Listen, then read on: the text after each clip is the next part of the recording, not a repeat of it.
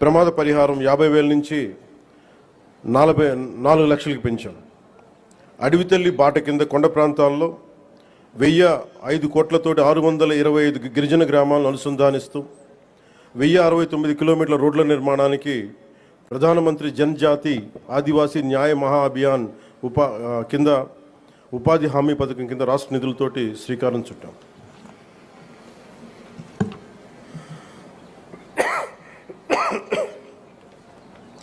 Jal Jeevan machine కింద 5 జిల్లాల్లో 5 కొత్త ప్రాజెక్టులని 7,910 కోట్లతో ప్రారంభించి 1,20,00,000 మందికి 30 ఏళ్ల పాటు తాగునీటి భద్రతని కల్పించబోతున్నాం.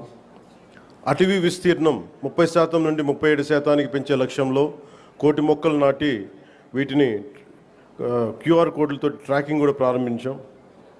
ఏనుగుల బెడద నివారణకు కర్ణాటక నుంచి కుంకి ఏనుగులని తీసుకొచ్చి విజయవంతంగా ఆపరేషన్లు జరిపాం. ఎకో టూరిజం అభివృద్ధికి అరకులో వుడెన్ బ్రిడ్జ్ నగరవన యోజన కింద 1,122 కోట్లతోటి 61 ప్రాజెక్టులు చేపట్టాం. సైన్స్ అండ్ టెక్నాలజీలో విద్యార్థులకి ఫ్రూగల్ ఇన్నోవేషన్ కింద ప్రోత్సాహకాలు అందించే ప్రణాళికని సిద్ధం చేస్తున్నాం. ముఖ్యంగా కాకినాడ జిల్లా ప్రగతి నివేదిక అన్నదాత సుఖీభవ PM కిసాన్ పథకం ద్వారా 1,50,475 మంది రైతులకి 102 కోట్లు తొలి విడతగా జమ చేయడం జరిగింది. స్త్రీ శక్తి పథకం కింద మహిళలకు 187 ప్రత్యేక బస్సుల్లో ఉచిత RTC ప్రయాణ పథకం ప్రారంభించడం జరుగుతోంది. తల్లికి వందనం పథకం ద్వారా 2,79,312 మంది విద్యార్థుల తల్లులకు ఖాతాలో ఒక్కొక్కరికి 13,000 రూపాయలు జమ చేయడం జరిగింది. అంతర్జాతీయ యోగా దినోత్సవంలో పాల్గొన్న 5,000 మంది యోగా శిక్షకులు 8 లక్షల ప్రజలకు అభినందనలు తెలియజేస్తున్నాం. 2,69,148 లబ్ధిదారులకు ప్రతి నెల NTR భరోసా పింఛన్ల కింద 116 కోట్లు పంపిణీ చేయడం జరుగుతుంది. ఉపాధి హామీ పథకం ద్వారా 118.46 కోట్ల వేతనాలు, 93.46 కోట్లు మెటీరియల్ ఖర్చుతోటి గ్రామీణ అభివృద్ధి చేయడం జరుగుతూ ఉంది. గత ఏడాది 107 జాబ్ మేళాల ద్వారా 7,000 మందికి మన కాకినాడలో 7,000 మందికి ఉద్యోగాల అవకాశాలు కల్పించడం జరిగింది.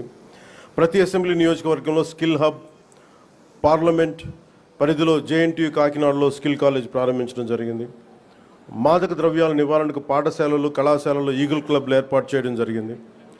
జల్ జీవన్ మిషన్ ద్వారా 497 కోట్ల వ్యయంతో ఇప్పటి వరకు 506 పనులు పూర్తి చేయడం జరిగింది. రోడ్లు భవనాల శాఖ ద్వారా 27 కోట్లతోటి రహదారులు గోతులు పూడ్చడం జరిగింది. గడిచిన ఏడాదిలో పిఠాపురం నియోజకవర్గంలో 308 కోట్లకు పైగా పనులు చేసి దేశంలోనే మోడల్ నియోజకవర్గంగా దాన్ని తీర్చిదిద్దుబోతున్నాం. వచ్చే 4 ఏళ్లలో మరింత ప్రగతికి కట్టుబడి ఉన్నామని మీ అందరికీ తెలియజేసుకుంటా ఉన్నాం. ఇంత అభివృద్ధిని మనం సాధించగలిగామంటే ప్రతిసారి కొన్ని చీకటి రోజులు వస్తాయి ప్రతి ఒక్కరికి. మన రాష్ట్రంలో 2019 నుంచి 2024 వరకు ఒక డార్క్ డేస్, బ్రిటిష్ వాళ్ళు ఎలా పరిపాలించారో, బ్రిటిష్ వాళ్ళు దేశాన్ని ఎలా కబంధ హస్తాల్లో పెట్టుకున్నారో మన రాష్ట్రం కూడా అలాంటి కబంధ హస్తాలు పెట్టుకున్నప్పుడు స్వాతంత్ర సమరయోధుల స్ఫూర్తితోటి ఒకటే ఎదుర్కొన్నాం.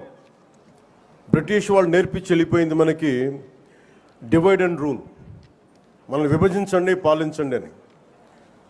కానీ ఎలా మన కూటమి ప్రభుత్వం మన స్వాతంత్ర సమరయోధుల స్ఫూర్తితోటి యునైటెడ్ అండ్ రూల్, కలిసి ఉందాం, కలిసి పాలన చేద్దాం, ఇదే కూటమి ప్రభుత్వం తాలూకు ముఖ్య ఉద్దేశం.